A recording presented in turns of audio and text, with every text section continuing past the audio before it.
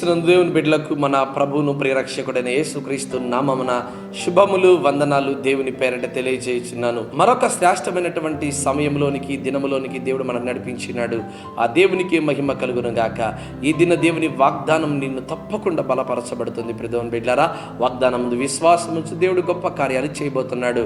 యెషయా గ్రంథము 43వ అధ్యాయము 4వ వచనం, నేను నిన్ను ప్రేమించుచున్నాను. ప్రియదేవుని బిడ్డలారా, దేవాది దేవుడు ఈరోజు మనల్ని ప్రేమిస్తున్నాడంట. ఈ లోకంలో అనేక మంది మనల్ని ప్రేమిస్తున్నారు. అయితే వారి ప్రేమ ఎలాంటిదంటే స్వార్థపూరితమైనటువంటి ప్రేమ. ఏదో అవసరతను బట్టి, అక్రతను బట్టి మన దగ్గర లాభము కొరకు చేసేటువంటి ప్రేమ కనబడుతుందేమో. అయితే నువ్వు మేలు చేసినప్పుడు నిన్ను ప్రేమిస్తారు.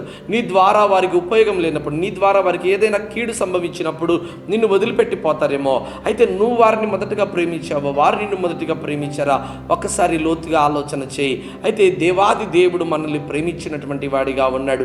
ఎలాంటి ప్రేమతో ప్రేమించాడంటే శాశ్వతమైన ప్రేమతో నిన్ను ప్రేమించుచున్నాడు. ఎలాంటి ప్రేమ అంటే అన్కండిషనబుల్ లవ్ అని దేవుని వాక్యం తెలియజేయబడతా ఉంది. ప్రియదేవుని బిడ్డలారా, దేవాది దేవుడు ఈ లోకంలో సూర్య చంద్ర నక్షత్రములను ప్రేమించలేదు. ఇదిగో జలచరములలో ఉన్నటువంటి అనేకమైన జంతువులను దేవుడు ప్రేమించలేదు. సృష్టిని ఏమాత్రం ప్రేమించలేదు. దేన్ని ప్రేమించాడంటే ఇదిగో నిన్ను, నన్ను, మనందరినీ ప్రేమిస్తున్నాడు. ఆయన ప్రేమ, మొదటి ప్రేమ మనకే ఇస్తున్నాడు. ప్రియదేవుని బిడ్డలారా, ఈరోజు మొదటి స్థానం మనం దేవునికి ఇవ్వాలి. కానీ ఈరోజు మనం దేవునికి మొదటి స్థానం ఇవ్వలేని స్థితిలో ఉన్నాం. ఎందుకు తెలుసా? మనం అందరం ప్రభుకి వ్యతిరేకమైన స్థితిలో నడుచుకుంటున్నాం. ప్రభుకి విభిన్నమైనటువంటి స్థితిలో నడుచుకున్నాం. అట్టి స్థితి ఎప్పుడు మనకు ఆశీర్వాదం కాదండి. అట్టి స్థితి ఎప్పుడు మన జీవితాల్లో దీవెన రాదండి. ప్రియదేవుని బిడ్డలారా, దేవుని ప్రేమ ఎలా కనబడుతుందంటే ఆయన మన కొరకు ప్రాణం పెట్టెను. ఇందులో మనకు ప్రేమ కనబడతా ఉంది. ఈ దినాన మన జీవితంలో ఘనమైన కార్యాలు జరగాలని ఆశపడుతున్నావా?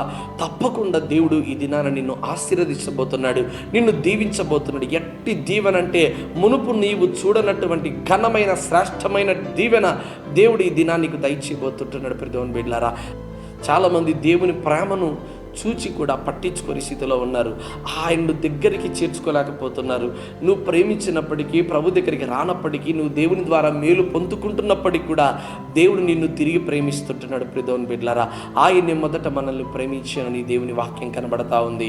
ఈరోజు నువ్వు తిరిగి ప్రేమించట్లేదు, కానీ దేవుడు మనల్ని ప్రేమిస్తున్నాడు. ఈ లోకంలో ఉన్న వారందరూ నిన్ను వదిలిపెట్టారా?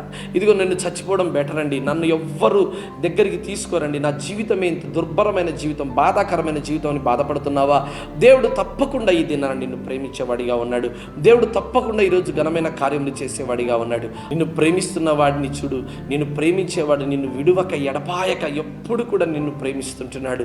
అట్టి ఘనమైన శ్రేష్టమైన ప్రేమ నీకు కావాలంటే ఈ దినాన ప్రభు యందు విశ్వాసం ఉంచు. దేవుడు గొప్ప కార్యాలు చేయబోతున్నాడు, దీవెనకరమైన కార్యములు చేయబోతున్నాడు. ప్రియదేవుని బిడ్డలారా, అటు దీవెన, అటు ప్రేమ ఇలాగే దేవుడు కడదాకా నిత్యము నీ బిడ్డలను దేవుడు ప్రేమించునుగాక, దీవించునుగాక. ఆమేన్.